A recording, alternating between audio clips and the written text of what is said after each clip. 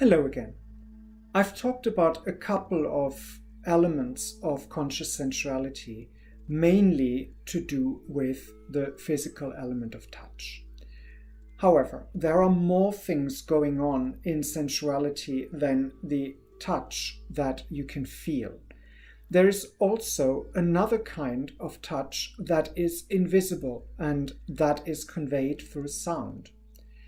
Usually, sound works much better if you are blindfolded, and that is exactly what I'm going to do to you today, because I'm going to blindfold you for a moment. Now, when you can't see, through that element of deprivation, your other senses are going to jump in to some degree and help you out in order to create whatever the person you're working with intends you to feel. There can be a lot of different ways of creating sound, and I'm going to give you a couple of examples that might get your mind thinking about other ways that you could use sound in your play. One of the classic things is this.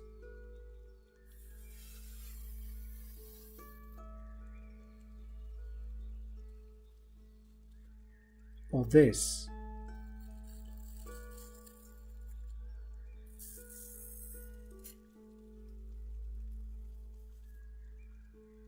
That was a sound that was created on the skin.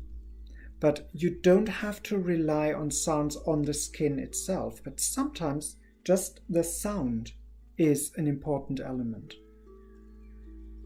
Something like this.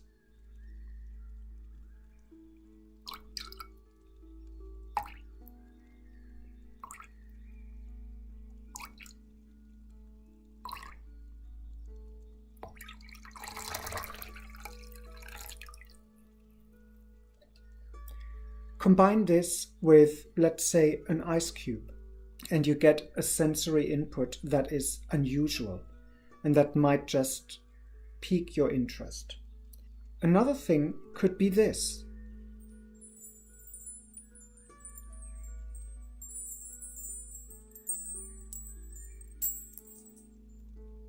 Or this.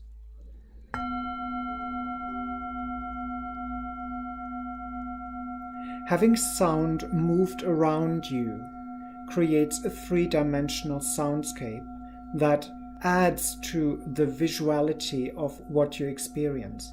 Rather than seeing where things are happening, you can sense where they're happening. All these sounds have been relatively benign, but imagine hearing this somewhere around you. When you're not quite sure what's coming, that can be quite exhilarating. And at some point, the blindfold will come off, and things may not be quite obvious straight away. Like the very first sound that I made was made by a feather on skin and on hair. You can probably see that many of those sounds combine sound and touch, sound and smell, like the feather, or combining the little bells I used before, not just as a sound effect, but running them over the skin, feeling the cold metal. But the point of this video is to plant a seed of an idea in your mind that you can use sound to your advantage. And I'd like you to experiment with it. Come up with your own sounds you can make with the stuff that surrounds you. Don't go out and buy stuff specifically for this exercise. Just use what you've got and be creative.